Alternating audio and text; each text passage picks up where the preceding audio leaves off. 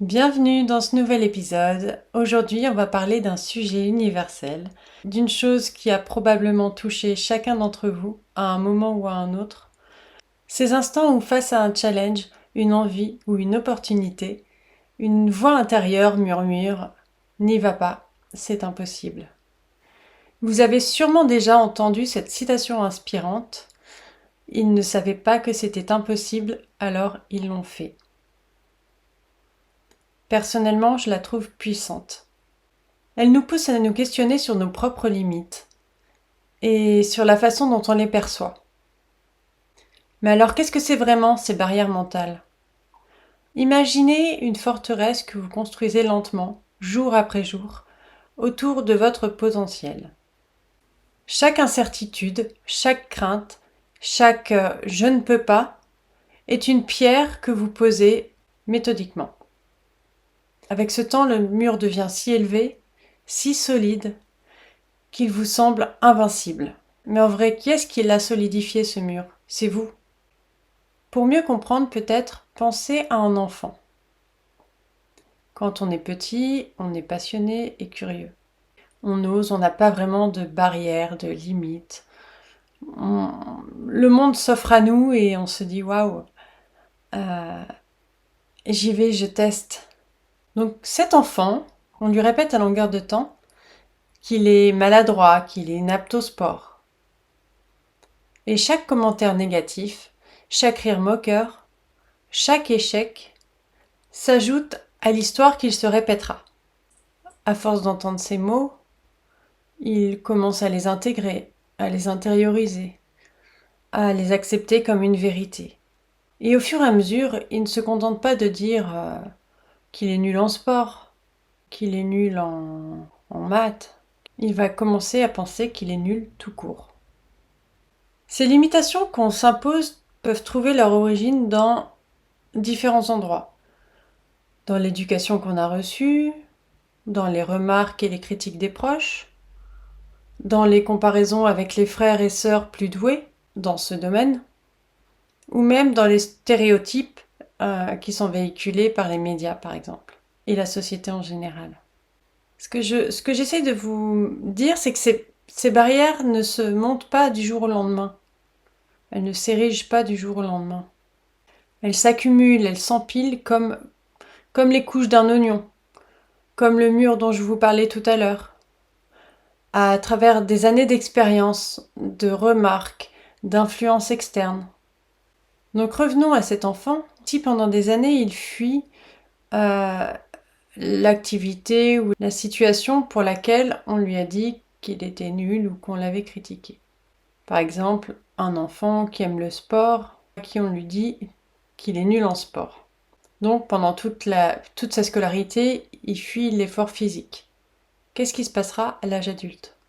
Il n'aura peut-être jamais ressenti l'euphorie d'une partie de foot ou de basket, la communion qu'il y a entre les joueurs, ou peut-être juste le plaisir de courir ou de grimper. On va passer sur le fait que peut-être qu'il était nul dans certains sports et qu'il aurait pu être très bon dans d'autres. Là vraiment, l'idée c'est de généraliser, de vous montrer ce qui peut se passer dans le cerveau, dans l'inconscient.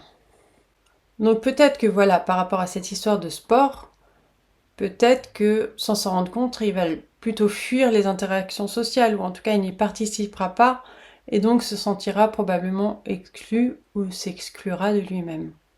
Donc les sorties entre potes pour aller courir ou faire un match, ça deviendra probablement une source d'angoisse pour lui, au lieu d'être plutôt une occasion de créer des souvenirs. Et les barrières mentales, c'est un peu comme un sac qu'on traîne derrière soi. Chaque peur, chaque doute, c'est une pierre de plus dans ce sac. La peur de ne pas être à la hauteur, la peur de décevoir ou de sortir de sa zone de confort. Ces pierres, elles nous pèsent et elles nous épuisent. Et puis il y a aussi les occasions ratées, ces moments où on regarde en arrière avec regret. Vous savez, cette soirée à laquelle vous n'avez pas osé aller parce que vous pensiez que vous seriez le vilain petit canard, que vous n'allez pas vous intégrer, que vous n'avez pas le statut qu'il fallait à ce moment-là, ou que vous aviez tout simplement des goûts différents des personnes à cette soirée. Donc en fait, vous vous isolez de vous-même. Pensez aussi à, par exemple, un voyage que vous avez repoussé en disant c'est pas pour moi, ou je ne peux pas partir seule, ou c'est trop dangereux. Bon, après, il y a des situations où c'est vraiment trop dangereux. Mais par exemple, je suis partie avec ma fille qui avait 6 ans toute seule un mois au Mexique. On m'avait fortement découragée de le faire avant. Tu vas pas partir toute seule avec une enfant, etc. Ben si, je l'ai fait et c'était... Voilà, j'avais conscience de ce qu'il fallait éviter, mais j'ai envie de dire c'est un peu partout, même en France, hein, il faut éviter de se promener toute seule le soir. Voilà, c'est des...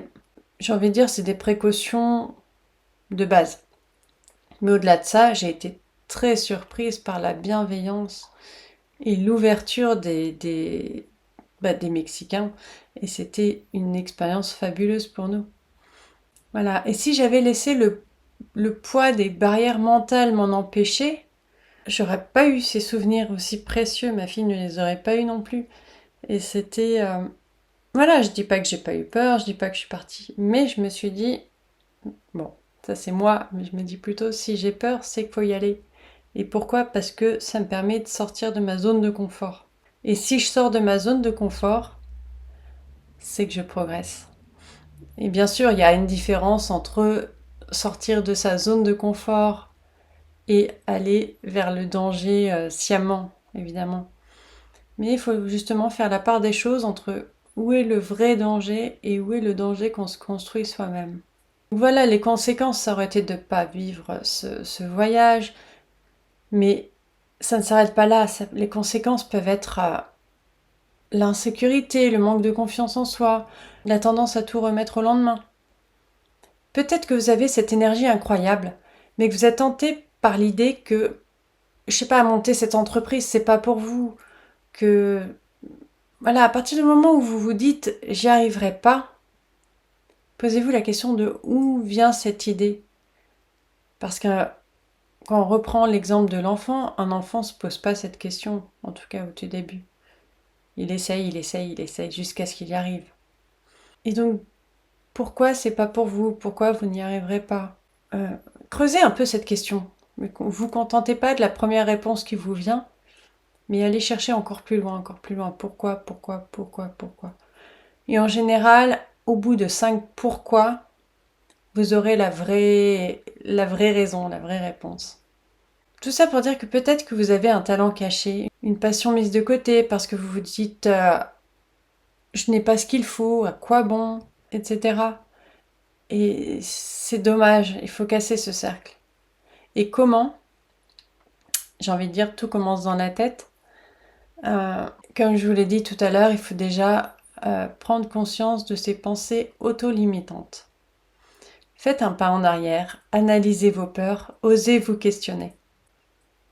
Et surtout, entourez-vous des bonnes personnes. Celles qui vous tireront vers le haut, celles qui croient en vous, celles qui vous rappellent que rien n'est impossible. Et avec un peu de persévérance, vous réaliserez que ces murs ne sont pas si solides, que ce sont que des illusions et que vous pouvez soit les démolir pierre après pierre, soit mettre un bon coup de... Je sais pas ce qu'il faut pour démolir un mur, mais mettre un bon coup de marteau, de pelleteuse dedans. Alors, pour ça, donc, il y a des techniques, comme je vous disais tout à l'heure, les 5 pourquoi. Je peux pas vivre de mon activité. Pourquoi? Parce que j'ai pas assez de clients. Pourquoi? Parce que je communique pas comme il faut. Pourquoi? Parce que j'ose pas me montrer. Pourquoi? Parce que j'ai peur qu'on me juge.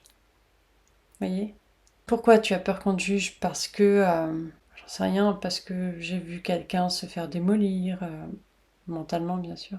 Parce que on m'a dit ça, ou parce que on m'a critiqué une fois et je l'ai mal vécu. Voyez? Pourquoi, pourquoi, pourquoi, pourquoi? Et cette méthode, elle est super efficace pour arriver à la source du problème.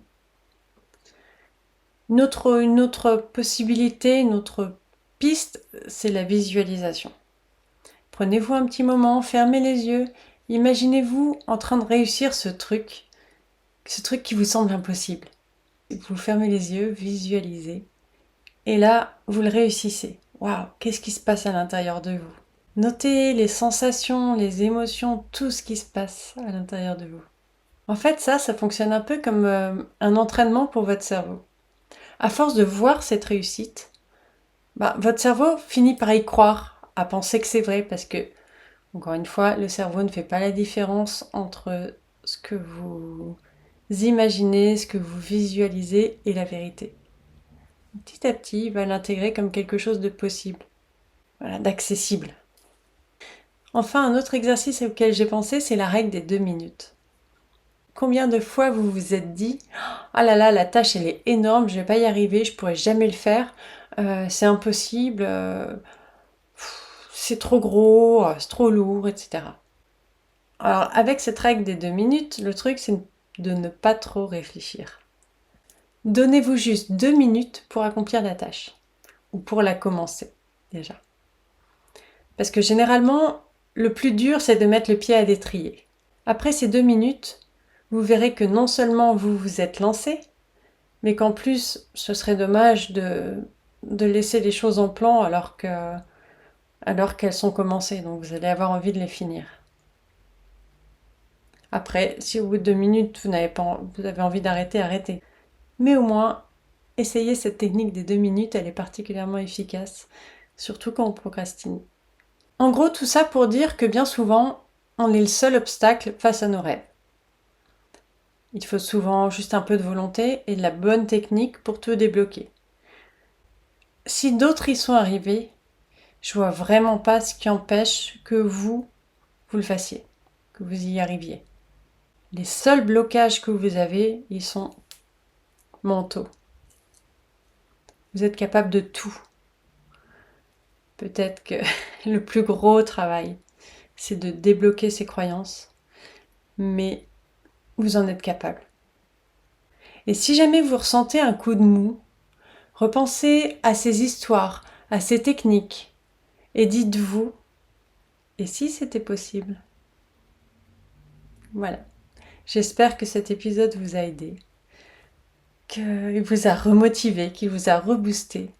Et je vous souhaite une bonne soirée, une bonne nuit, une bonne journée. Et je vous dis à la semaine prochaine.